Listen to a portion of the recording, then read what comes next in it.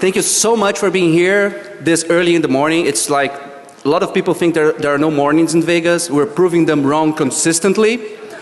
And anyway, we're going to talk about measuring the IQ of your threat intelligence feeds. If you are from the internets and you do the Twitters, we have like a hashtag, so you can hashtag the talk and stuff that you hate about and us making fun of us. Please do, because I want to laugh of everything later, because I can't quite check Twitter here. It's kind of lame, but that's the way it is. So without further ado, I don't like talking about myself. I just brought here a very special guest, Ms. Wendy Nader. She's going to do the introductions for us.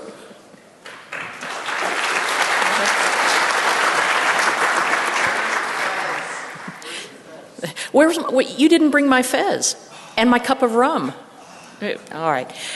Good morning again, everybody. I want to introduce these awesome guys. I'm a little annoyed with them because in my analyst role, I cover threat intelligence, and they, in this talk, just did something that I wanted to do, but they probably did it a lot better anyway.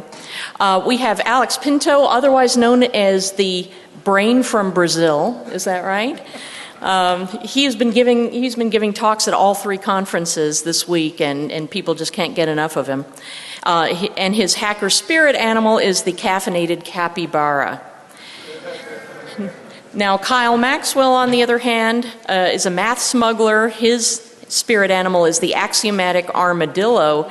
But I'm here to tell you that actually he is a fugitive time-traveling Karl Marx, and there's a reason why his initials are KM. Yeah, sorry, I had to out you like that. So enjoy the talk. Thank you so much, Manga. Anyway, we're going to cover a bunch of stuff. We're just going to give a brief introduction about threat intel and really go into what is this crazy idea about measuring threat intelligence and what kinds of stuff we can do to measure. So anyway, without further ado, I'll just have Kyle do his magic, please. Good morning, everybody. So we're going to talk real quick about threat intel. We didn't want to do just a threat intel 101 for those who have maybe thought about it before, but we were going to get too advanced because honestly the stuff that we're talking about today, we'll talk about what that really means for us. When we talk about threat intel, when we talk about intel in general, there's really 2 things that we really actually care about, and it's not IP addresses and it's not hashes, it's capability and intent, right? What can your foes, I hate the words adversaries and all of that, so I'm going to bring it back Viking style. What do your foes, what are they able to do, and what are they intending to do? What do they want to do? What are they planning to do? That's what you really want to know so that you can prepare on your end for whatever it is that you need to do.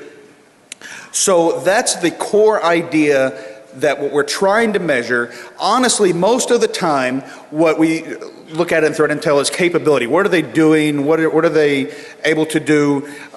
We don't spend enough time looking at what they can do, or rather what they're planning to do. So we'll talk about that a little bit. There are a couple of key concepts that I want you to be able to take away, where there are some dichotomies within this field. And so we're going to talk about the kind of these cage matches between things that oppose each other. So one of them is signatures versus indicators. So Dave Vitale, for example, has made the point very correctly that a lot of times the way people use indicators or indicators of compromise sounds like signatures, right? But that shouldn't be. If you're using them that way, you're doing it wrong. The idea is that an indicator or rather a signature says this is definitely something that happened here. It's like a fingerprint, right? You have a very, very, very high degree of confidence that this means X. Whereas an indicator says, hey, look over there, there's something fishy going on.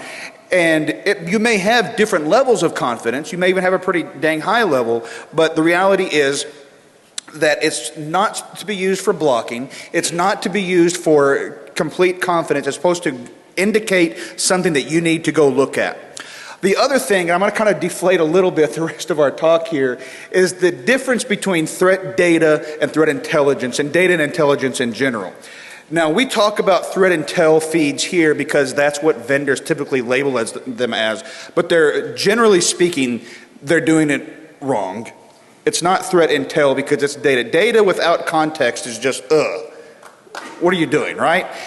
if you want intel, you need to do a lot of things, right? You need to be able to establish some context around it. You need to be able to add some of that intent and capability understanding that we talked about a minute ago. And as we're going to see, you kind of escalate up the abstraction of what you're looking for. But since this is what vendors sell it as, we wanted to make sure that people at least know what we're coming in to talk about. There's also a difference between tactical and strategic intel. So tactical intel you can think of as the how and the what, like what they're attacking, how they're going about it. Whereas strategic intel, and this is a continuum, this is not a binary either or, towards the strategic end, you have the who and the why. Who are my foes? Why do they care? Why do I care about them? And this continuum is important to understand what type of intel you're getting.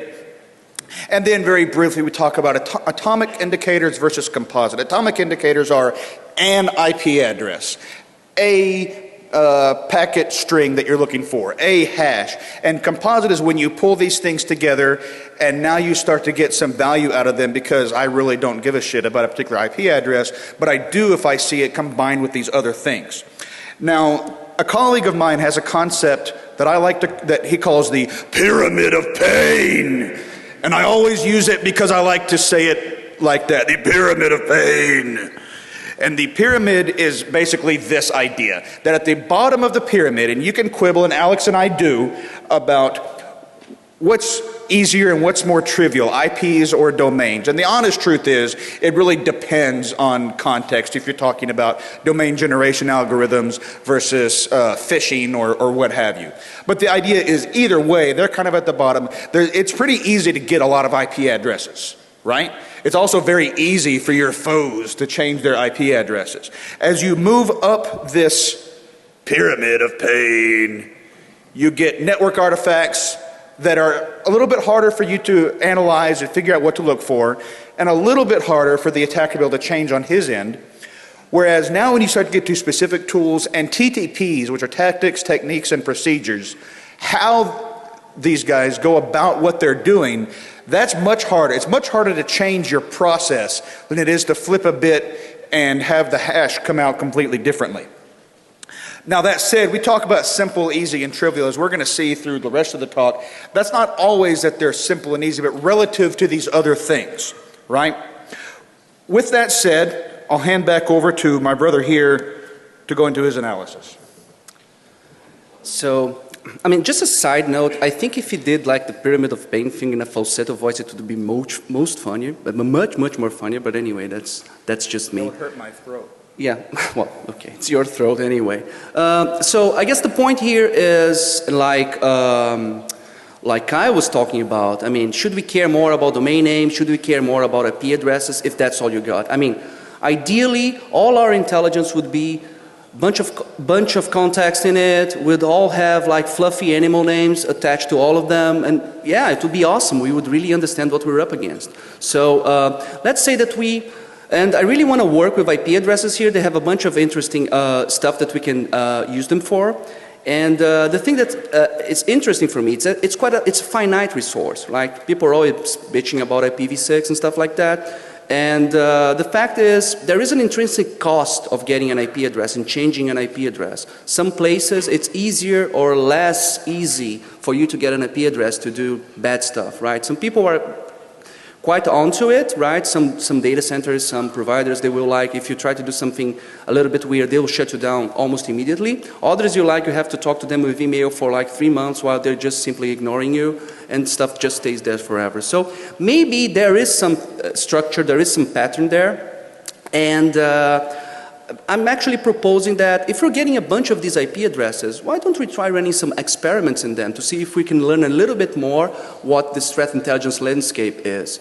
And I don't say that like in the threat intelligence landscape, like all capital letters, like what the world is doing against the world and cyber war and all those things, but who is actually trying to get you, right? That's the thing you should be most concerned about. So anyway, let's try to do some science here, right? Can we measure how much a specific feed is going to help, how it's going to help us in our strategic defense practice that we're trying to do in our organization, right? Can we actually get something out of them? Are they just a bunch of numbers with dots in them? I mean, how can we actually measure? And I have some ideas, and I wanted to share these ideas with you. So actually, I put together, all of this is GPL3. It's a bunch of statistical tests and data visualizations that you can do. You do have to use R, and I almost did it on purpose so that you guys start to get to know some statistical languages. Guys, get with the times, man. Like in 5 years, it's all going to be data. I'm sorry, but that's pretty much it.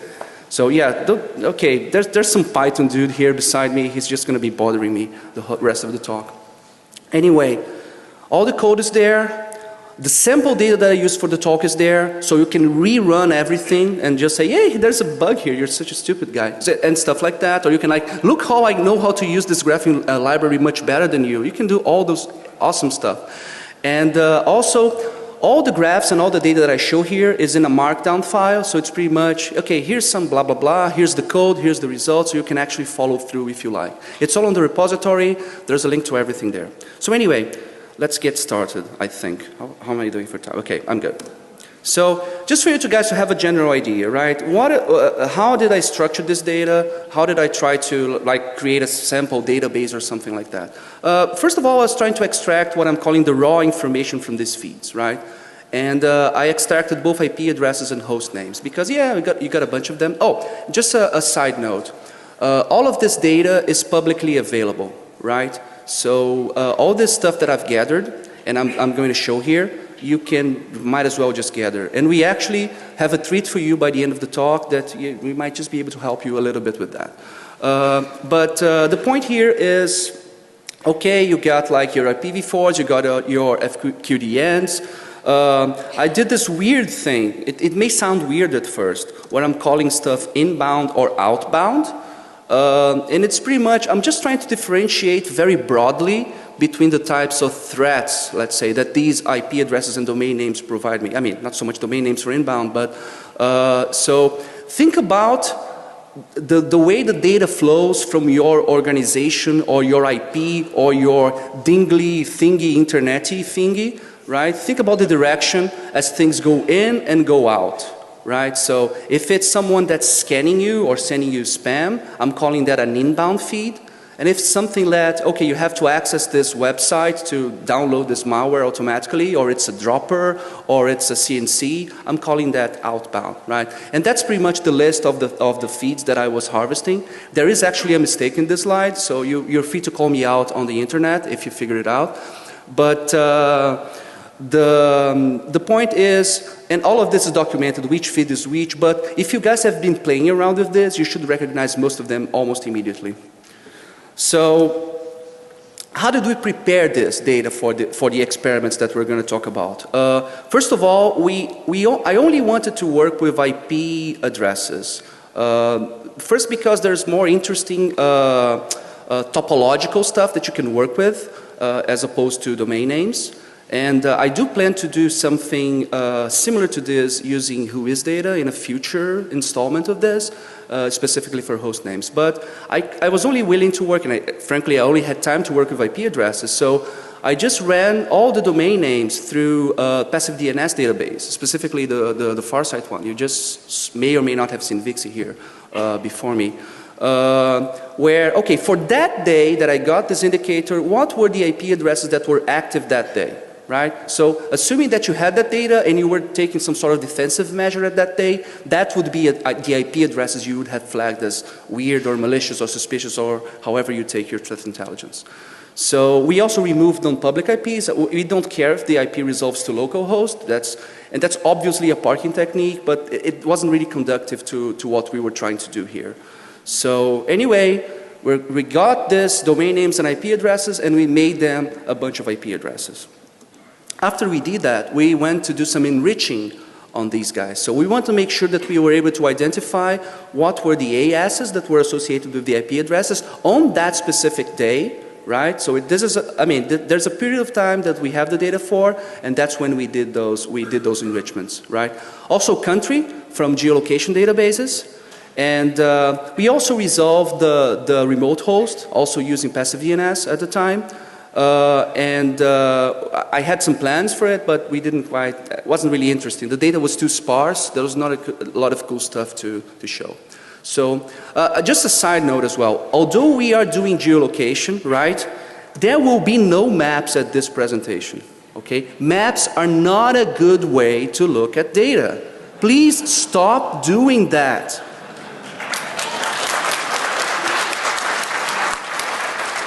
I mean, if the country is big, you think they're more of a threat. That's how the brain works. They look at stuff, it's bigger, it's more important. Stop using maps. Okay, let's move on. So yeah, this is a sample, right? And you can see exactly how easy or not it is to actually use the code. That I put together to actually, okay, I'm going to load this from my database and I want to see it and I want to see what data is in it, etc., etc. So you can see there some examples of things that people thought to be bad in a specific moment in time. All right, we got our data, so what we're going to do with it. I propose 3 different experiments here, right? And I'm calling them novelty, and it's actually a pun, because it has both meanings, right? You can either use it because, yeah, that's how much this feed is actually refreshing itself as time goes by. Or maybe it's just like, yeah, I'm going to add a bunch of stuff and take a bunch of stuff out. You know, you're going to look like really active. But anyway, you got to know how your feeds are updating themselves. You want to make sure that whomever you're getting them from, be them open source or be them commercial, the guy's actually putting some work on it. Because, I mean, things move around, I guess. There's an overlap test, which is one that it's the most simplest thing ever. You're just like, okay, let's compare everyone against everyone and see how much they have the same indicators, right? And this is specifically useful if you're actually trying to buy something, right? Just get all the open source feeds that you can get a hand of, compare them against the commercial feed, and yeah, how much am I actually getting for this I don't know, I completely lost the word, but like this ridiculously expensive amount of money that I'm paying for this, right? And finally, the one that I think it's much more exploratory and there's a little bit more of math than the other ones, which I'm calling the population tests, which is, can the data that we're getting actually teach us something about our adversaries, right? Can we actually learn something from this? Sorry, foes. Can we actually learn something from this? Can we actually find some patterns on this attack? Anyway, population is tricky, right? I'm doing some examples here where I'm comparing against the whole population of IP addresses, where they should be at least, and also should ideally mean your data. So get your data and compare how are the IP addresses that your company accesses or is accessed by your company against the actual threat intel feeds. Anyway, we'll get there. But I was looking for an IQ. I wanted a grade. No, we're not going to get there. And specifically, I want to make sure that you guys understand that the idea here is to make sure that you guys are able to reach your own conclusions, right? Whatever I think it's right for my company, as far as the specific mix of threat intelligence, or I should be focusing on this and that, is going to be very, very different from whatever you're doing at yours.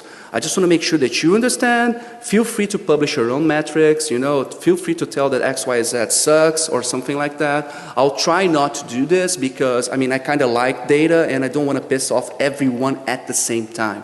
So yeah, I want to get on their good side, you know. Yeah, if you want me to do this work for you, I can help you out. You're so nice, Alex. You're so nice. Yeah, well, I don't know. Anyway, I do intend to do, I will do more private research on this because all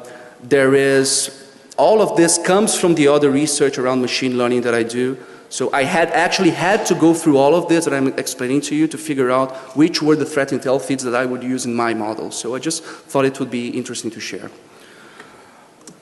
Anyway, when a novelty test, so we're measuring pretty much added and dropped indicators, right? So how much stuff is being added day by day, how much stuff is being removed day by day, right?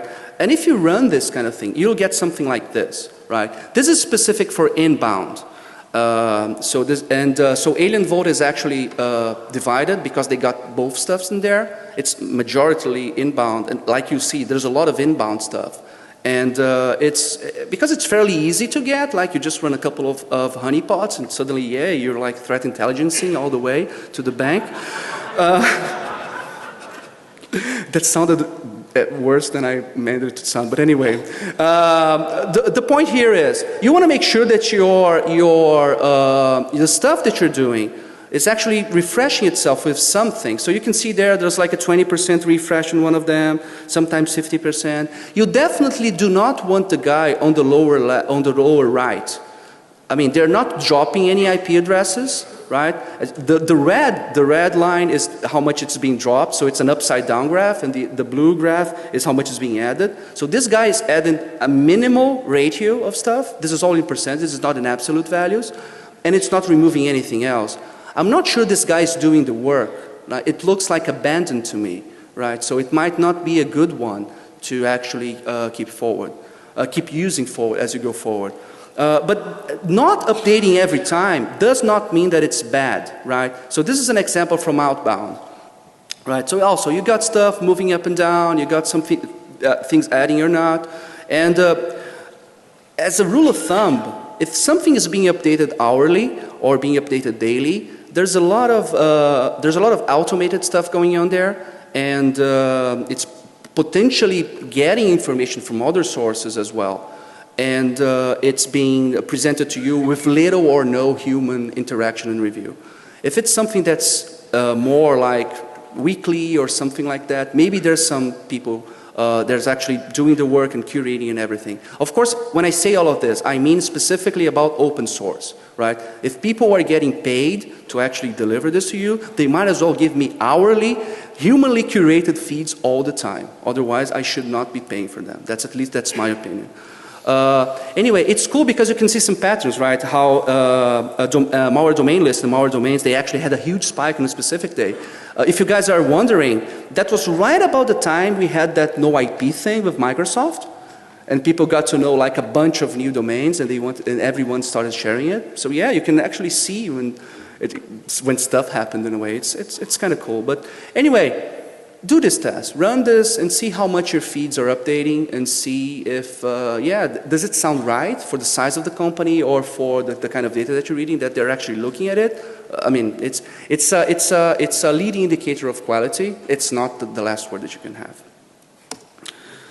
We can talk about overlap, right? More data is better, but there's so much you can give your Hadoop vendor to actually store all the data. So let's try to keep it only add data that it's not the same or it's useful. I mean, it's easy for me to say that because I don't really care. I do a lot of summarization on the stuff the way that I consume threat intelligence. Some people actually use the fact that something appeared in multiple feeds as a quality assurance, right? A bunch of people agreed on this. They might not have all of them done the research. I just want to leave it out there, but I don't know. I honestly don't know. It's just that you have to make sure what you're looking for. So when you look at inbound, you get stuff like this, right? So the brighter the square, there's more overlap between those specific feeds. And this was a specific day in time.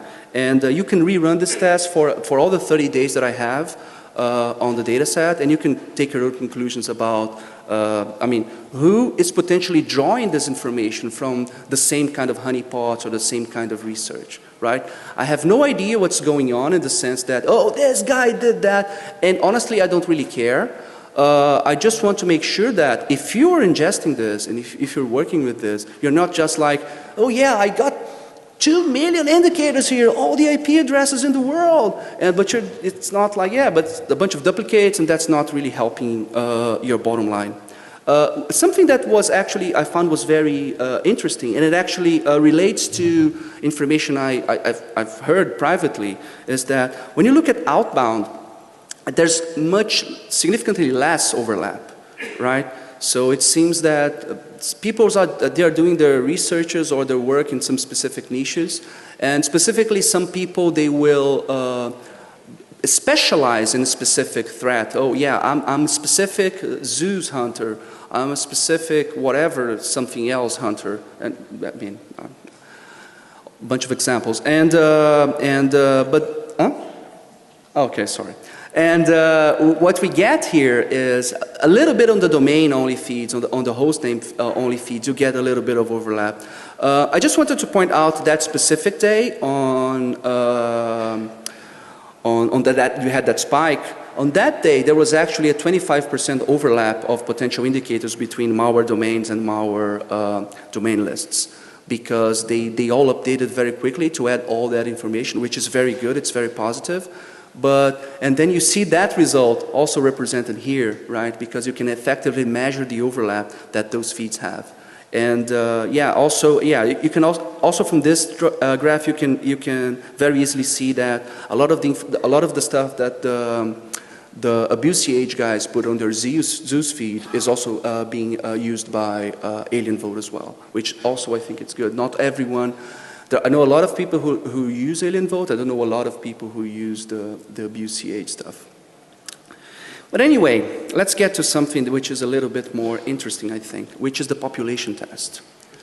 And I guess it's interesting, and this is kind of a cornerstone of the research that I started doing a couple of years ago, which is, maybe stuff isn't random, right? Maybe it's not like, maybe we can actually track. There's some sort of likelihood that some specific corners of the internet are more likely to be targeting you or not, right? And all the different information that you gather from those different providers or different feeds that you're looking, they will give you different information. And there is some sort of alignment that I believe that you should be trying to reach when you're talking about, here is my data, right? These are all the IP addresses that I'm communicating to. So potentially the threats that I have, the people who are targeting me, or the people who maybe have already breached me and like are exfiltrating data, they are probably from that pool. It's not going to be like an IP teleporting thing, right? And I'm not talking about which type of animal, where from the zoo you come from. I'm talking about, at the end of the day, it doesn't really matter, but there has to be a way that the data is being exfiltrated. The IP address is there. The guy who is out to get you, the guy who is potentially messing around with your data is on that list. So why don't you try to tailor the threat intelligence and the research that you're doing through the specific countries and ASs that actually make more sense to your data, right? So then we start just doing some comparisons and doing some tests, right? And we come up with some interesting things. I specifically separated the domain, the outbound and the inbound stuff here. And of course, I mean, on the inbound, China all the way, right? And I can see some people smiling here. Yeah, I can totally see you. And that's, I mean, but at least in my perspective, the actual penetration of those kinds of things, and people who are doing SSH scans, or they have this 3-year-old Joomla exploit that they're running against the whole internet, right? I don't think these guys are really going to get in. I mean, if they do, you shouldn't be on this talk. You should be like on 101 or something.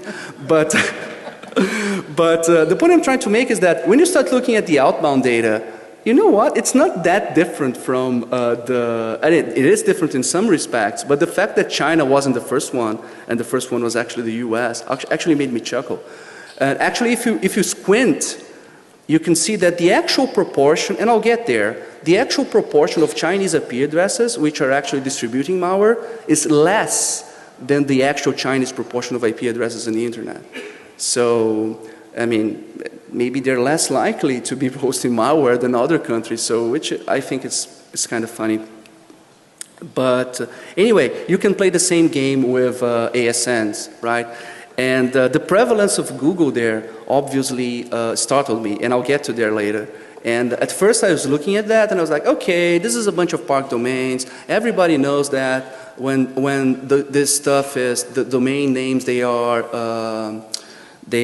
not being actively used, like they're changing their infrastructure. So someone just took the botnet down, and then, oh my God, we have to put something else together. They'll just park it all on 8.8.8.8 or 1.1.1.1 or something like that. And those are all owned by Google. So at any moment in time, like a very high percentage of your domain names from these open threat intelligence feeds will be pointing at Google. Be aware of that. But even so, I don't know. Don't be evil and all that. I mean, I'm with them. The thing is, I guess the point I'm trying to make here is this kind of population test, they can also help you keyway your feeds, right? And I'll get to the specifics of that pretty soon. I just wanted to show you the graphs, and now I'm gonna get to the math. I'm sorry about this. But the point is, I don't like to squint, right? So let's do some statistical inference testing. Let's compare the proportions, right? So if I know the exact proportion of IP addresses on the US, right? Just get any GeoIP database, right? And make sure you are like keeping with it, right? It doesn't make sure to enrich in one database and use another one. So we can actually do an exact binomial test, which would be, okay, assuming that I can just choose randomly the IP addresses that are going to attack me. Is that consistent with how the IP addresses are distributed? And even if I don't have the full population, right? And I'm only like comparing my sample of my data against the sample of the threat intelligence feeds, I can use something that's the chi-squared proportion test, which is similar to the independence test. So which pretty much asks the questions, okay, these are two different samples of stuff. Do they look like they came from the same population, right? And it's a little bit more fuzzy and fidgety than the other one, and that's why the other one is called exact, right? But it's a statistical tool that we may have, right? So I really wanted to get an idea of our error measure, right? I really wanted to get confidence intervals and say that, yeah, it's something amongst these lines, but at least I can tell you, okay, I'm messing up here in this calculation, but this is pretty much how much I'm messing up, right? And I can also use p-values. I mean, I personally apologize to Alex Hutton for using p-values and not like doing some Bayesian evil shit. But yeah, and he said it was okay. So yeah, I'm allowed to do this talk. Some people have to clear with their lawyers. I have to clear it with Alex Hutton. So the point is, if we're doing p-values, we're being very conservative. So for the number of tests that we do, we're assuming a 95% because that's pretty much what everyone does. But if we're doing multiple tests, we're actually dividing our critical value or the value that we use to, oh, there's something interesting here, by the number of tests that we do. So what does that look like? It looks like something like this. So I have this, I'm using this function which actually extracts the population from a specific threat intel feed. Again, it's all there, and I'm comparing it to my known MMGeo database. And lo and behold, it seems that Thailand is the winner right now, which maybe the proportion is 5% more than their actual proportions on the IP addresses there, right? Followed closely by the US. Okay, Russia's there. I'll give you guys that. And but if you go to China, China is the second least likely to actually be hosting something in comparison to the random proportion. So I don't know, maybe it was not these feeds. Maybe these feeds were not tracking specific actors for there. But that's not the point. The point is, if that's the data that you have and the data that you should be comparing, that's what you should be analyzing. You want to add something? Okay, you're just gasping there. Okay, did I say something wrong? No, you're good, man. You're good. Just keep dropping knowledge bombs. Co-presenting is hard, man. The guy's judging me right beside me. I mean, I can't really see you because of the lights, and this guy's like there, oh God, why did I get into this? But anyway, but if the p-value is higher than our critical value, which is the last one there, it's pretty much, we can't really say anything. It looks like it's on par with the randomness that we would get. A challenge that we got when we reached this conclusion is that, hold on, I don't know what to call these countries yet, right? Come on, I mean, we do not have like cuddly animal names for all the countries. So we propose a guide, right? And so that as you as you're trying to create your own, and you're creating your own threat intelligence with those statistical techniques, you can actually, you know, call people and, I mean, attribute people to what you're doing, right? So just a clarification, capybara is like southwest of Brazil, and toucan is more like the Amazon part. I mean, there's very, very different hacker spirit animals. Just be conscious of that. Where are my Texas people at?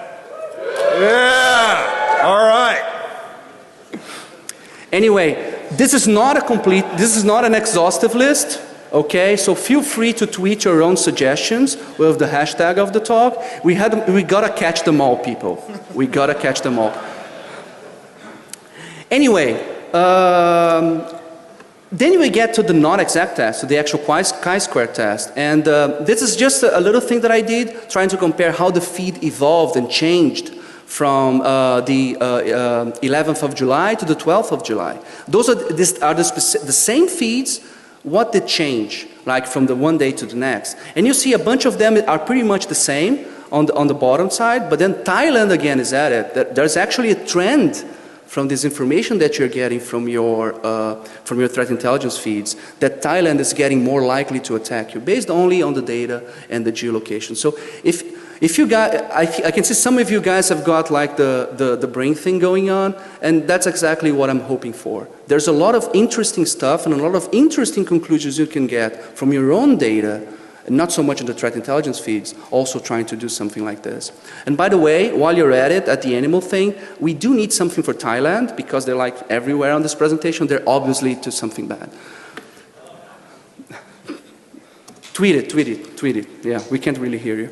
So then I was bothered by this Google thing, right? And I wanted to make sure that I could understand if this is all parked shit, or if it was actually something different, right? So I ran the same test, the same exact proportion test on the AS information as well as the population information. And yeah, Google was like 10% proportion increase. That's crazy. That's too much. That's way too much. And then, what? Ah, okay. Where is he? Okay, I don't care. You told me. What we get there is, if you actually look into the data, you'll find that, yeah, maybe not so much. Maybe it's not just Spark data. There's some cleaning that needs to be done. I mean, I'm not the biggest fan of Chrome, but I'm pretty sure it's not malware. And so probably we shouldn't have like chrome.google.com in our threat list. But it's all right, it happens sometimes. And you just got to be sure if you're consuming this kind of things, you're in the lookout for information like this. And maybe those tools can also help you do a little bit of triage, because no one is going to look through the whole thing all the time. And that's pretty much the point. But anyway, I talked about a bunch of shit, and I talked about my data. And what about your data? How can you get your data to use those statistical stats? And for that, I'd like to invite back my good friend, Kyle Maxwell, who has put up with me through all of this. Oh my God, thank you, Alex. So as you're pulling in these feeds, you want to be able to do this test yourself. You want ongoing data. In addition to being able to run these analyses for yourselves, you may have other uses for the data, right? In this case, we did a lot of the work for you, but ongoing, you need something to help you with that. So what we did was we are releasing this week a tool called Combine. You can get it right now. It's GPL version 3. And what it is, it's a tool for harvesting and processing these types of feeds. I just wanted to point out that at MLSec project, we're very serious about our needle in a haystack jokes. So this is why this is a combined harvester. Right. And I am not implying, but well, maybe I am, that that's all hay. So there's a few different components to it. Reaper pulls it in. We really like this metaphor here, as you can tell. So we reap it in. That just pulls in the data directly. We'll normalize it to a very simple data model. We do the little bit of validation and enrichment, so we throw out all that RFC 1918 shit and things like that, do the AS numbers, the DNS lookups, and so forth. We'll talk about that in a minute. We transform the data currently just into CSV or JSON. We just haven't released yet the Cybox and SIEM for Splunk. And as this is an open source project, help us help you. Feel free to submit pull requests for if there's another output form that you want. We're constantly trying to feed more data into it. This can be your own data sources. There's a number of tools in there to bring in CSV, XML, straight text, parsing HTML, what have you. We have a number of feed sources bundled in there in terms of the URLs that it can keep pulling. That's not saying, we're not saying clearly based on the last half an hour that any of these feeds are good or bad. These were just the ones that we have, and we'll add more as time goes on. When we do the enrichment, if you're not familiar with the term, think metadata and metadata accessories. And so we're pulling the autonomous system and geolocation only down to country level from the MaxMind database. We do DNS resolution from the Farsight passive DNS database.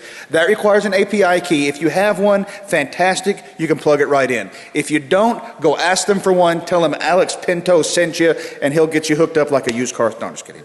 But Alex and the really good folks over at Farsight can help you out with that. Again, all of this is open source software. This is not commercial. This is not us trying to make a buck off of these tools. This is us trying to make things a little bit better and help you pull in these feeds and pull in your own data as well. Yeah, and honestly, I don't think that's where the cool stuff really is. And actually, this is we had to build a lot of this as we were building out the research that we were doing for MLSec project, and we just figured out, yeah, but this is like very commoditized stuff, or at least it should be very commoditized stuff. So we want to make sure that we are replacing our stuff. Our internal stuff is being replaced by these open source versions, and we will continue to support them as we actually need to use them, dog fooding and all of that. So talk to us about the project if you're interested. If you like the specifically CIQ test, you want to test your data against it, you want to, oh, but I don't want to publish my feed, we can totally help you out. Either you setting up your own stuff to do that, or we can help you out do the test for you, right? And I just want to, some very quick takeaways before we're kicked out. Look at your data, that's all I'm asking, right? That's all that you should be doing right now. And I will try, and as much as I can, to keep banging this point forward and actually providing helpful tools that people can use for that, right? I also feel very strongly about the asymmetry of information. So if people tell you something is good, don't take their word for it. Just try it, right? Just test it and make sure that it's appropriate for what you're doing. And anyway, if you just got data lying around, we can take it out for some exercise, we can play some games. Like, fresh air. Yeah, think about like data sitting, like dog sitting. We can totally do some data sitting for you guys, right? So anyway, thank you very much.